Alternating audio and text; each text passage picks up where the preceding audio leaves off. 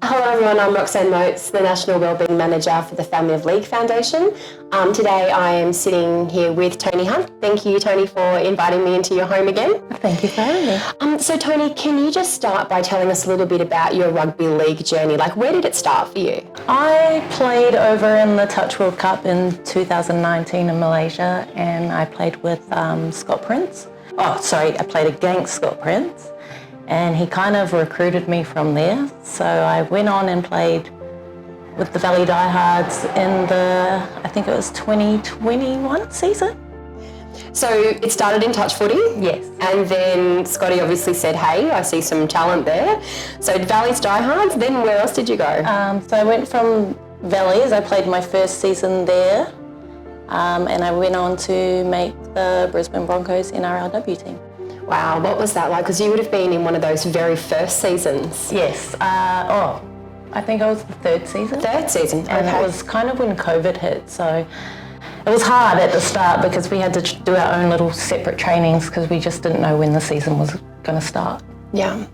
Okay, so tell me your story. So what happened? So in March 2022, I was diagnosed with stage 4 cholangiocarcinoma. It's a rare but aggressive form of bile duct cancer. And how old were you at that stage?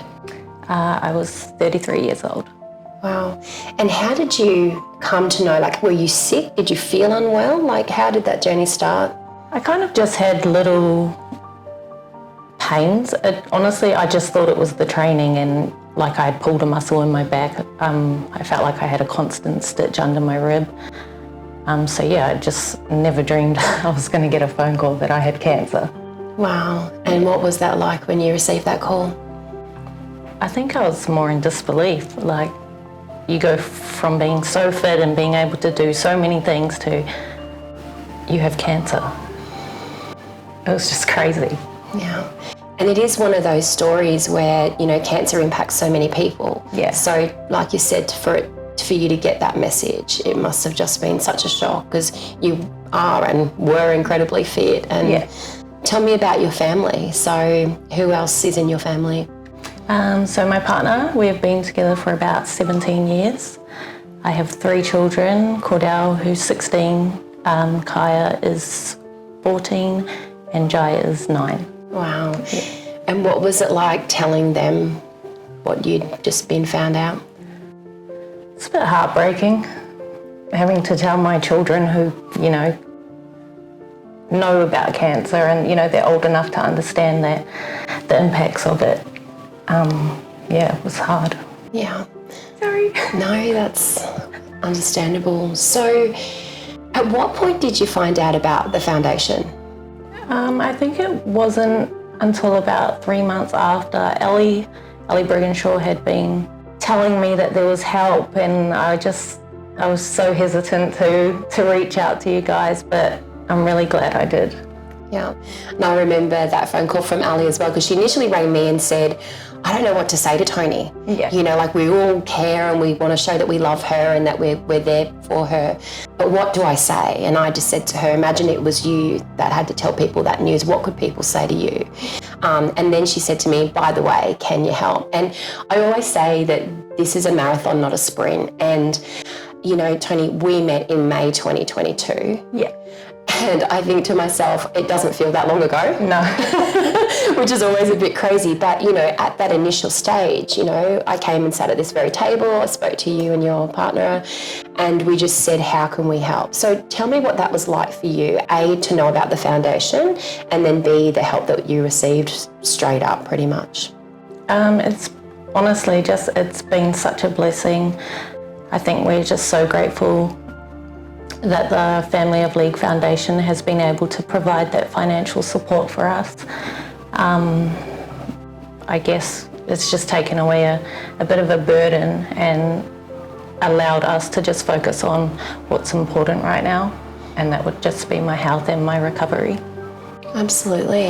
I think the generosity has been a beacon of hope and a reminder that I'm not alone in this journey. Absolutely. And even just recently, the Try July, you were one of the beneficiaries of that. How did it feel to see everyone doing their Try celebrations and knowing that that's how they show you that you are part of their community and that they care about you? What was that like? I think it was just an amazing feeling knowing that so many people are supporting you and, you know, they have your back. Yeah, and I must admit the girls did some pretty good ones too. I thought they were amazing. They must have practiced some of those. That wasn't just off the cuff. That was pretty. Just, you know, they wait every year just to be able to do those. Absolutely. So how are things now? Where are you on your journey? Right now I'm still stable. I had my last scan maybe about 3 weeks ago and I'm still showing signs that I'm stable, so I've just been told by the doc to just keep living my best life. Okay. Until things progress and then I will eventually go back to chemo. Okay. So are you working? Like, what does your days look like?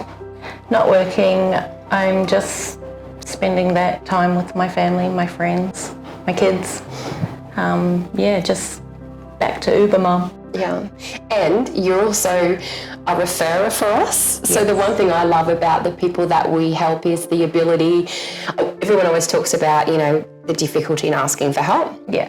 What was that like for you when I guess Ali said, hey, reach out to Roxanne and the family of League? Did you hesitate a little bit? I did. I always think that someone's worse off than I am. And I remember when my friend Mihikuri got diagnosed with a brain cancer or brain tumour, people started fundraising online. So I knew that she had played rugby league and she was a part of the rugby league community, and I knew by me being helped by you guys, I just messaged her and I gave her your number and I said, look, these guys can help you. They've helped us so much. Give Roxy a call. Yeah. And ironically, it took her a while to get in contact as well. We actually, I think, had a couple of conversations about, I haven't heard from her, you know, and that sort of stuff, because there is that initial reluctance. Why was it important for you, I guess, to pay that forward? Like, why, when you saw Mihi's story, did you think she's going to need that similar sort of support?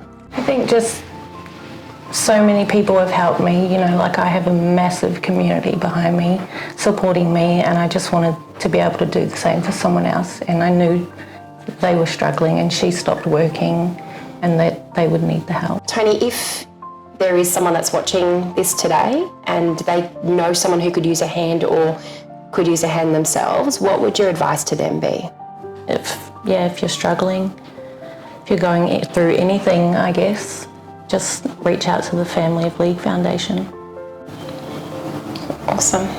Thank you.